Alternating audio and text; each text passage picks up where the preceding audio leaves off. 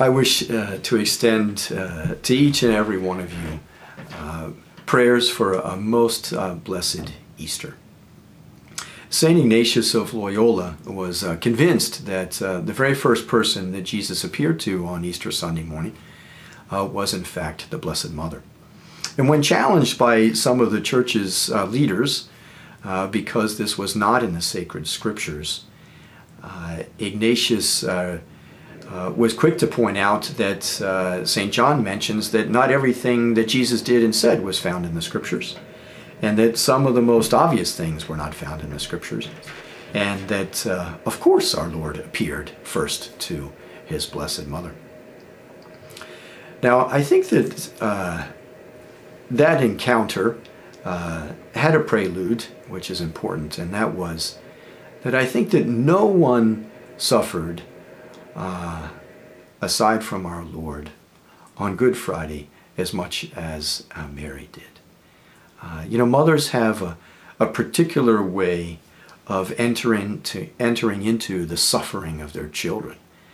And I think that Mary's immaculate heart could grasp the depth of Jesus' suffering in a way that no one else could.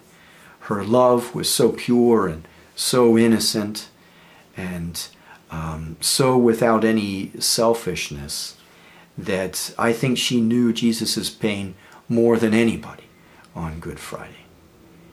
And so I think that's kind of important in terms of appreciating the encounter on Easter Sunday morning.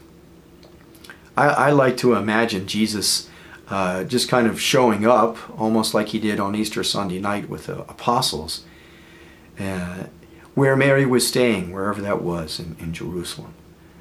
And I like to imagine her being in prayer, as she probably was often in the mornings, poring over the Psalms, turning to God the Father for his guidance.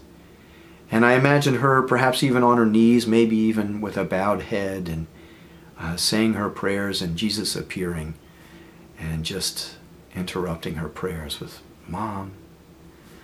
And you know, the joy, oh goodness, the joy, the pain that she had suffered, and now the joy of seeing her risen son, the smile, the embrace, and I don't know, I imagine that there might not even have been that many words, because how could you put into words the joy that they experienced on this encounter on Easter Sunday morning?